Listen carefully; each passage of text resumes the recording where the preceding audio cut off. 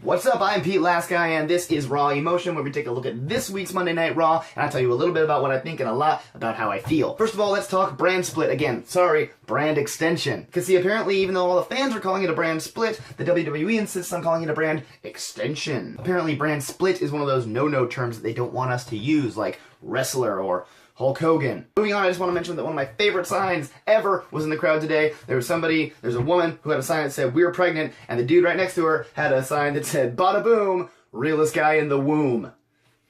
So good. Let's talk about the vaudevillains for a second, because I'm afraid they might be getting buried. See, their feud with the New Day really is not picking up a lot of steam, and now we have the club coming in to kind of split that whole thing up, and I'm afraid we're not going to see much of the vaudevillains anymore. They're going to be shoved off to the undercard, and we're just not going to hear about them anymore. Speaking of gimmicks that are the opposite of over, now maybe this is just bad story Stockholm Syndrome, like I mentioned before, but I'm starting to get a little bit invested in the Golden Truth versus Breezango feud. I don't know why.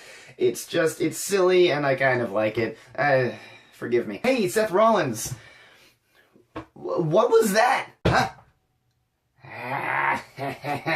And repeat. Seriously, not a fan. I love you, Rollins, I really do, but that was like a Seth MacFarlane gag that just goes on for way too long. Now maybe this is just me, but it seemed like when Zack Ryder came out, he was met by just the most deafening silence I've ever heard. I kind of feel a little bit bad for the guy. Plus, he just got squashed in that match, so who knows. On the plus side, I really like what Rusev is doing with the Accolade now, where he just completely bends his opponent in half. Looks a lot better. I dig it. I really do. Alright, time for a Michael Cole break. Do you remember when Kevin Owens promised to replace Michael Cole with a fishbowl? I think I'm with him on that, because at least a fishbowl wouldn't tell us that we're watching SmackDown when we're watching Raw. Get it together, Michael Cole. I mean, either that or just allow them to replace you with Morrow. Come on, just throw Michael Cole onto like the pre-show for pay-per-views. Let him chat with Corey Graves for a while. Just give us more Morrow, less Michael Cole, please. Gouda, cheddar, Swiss, American, feta, goat probably. So seriously, there are so many like gags on this episode of Raw that just lasted way longer than they needed to, specifically the Seth Rollins fake-outs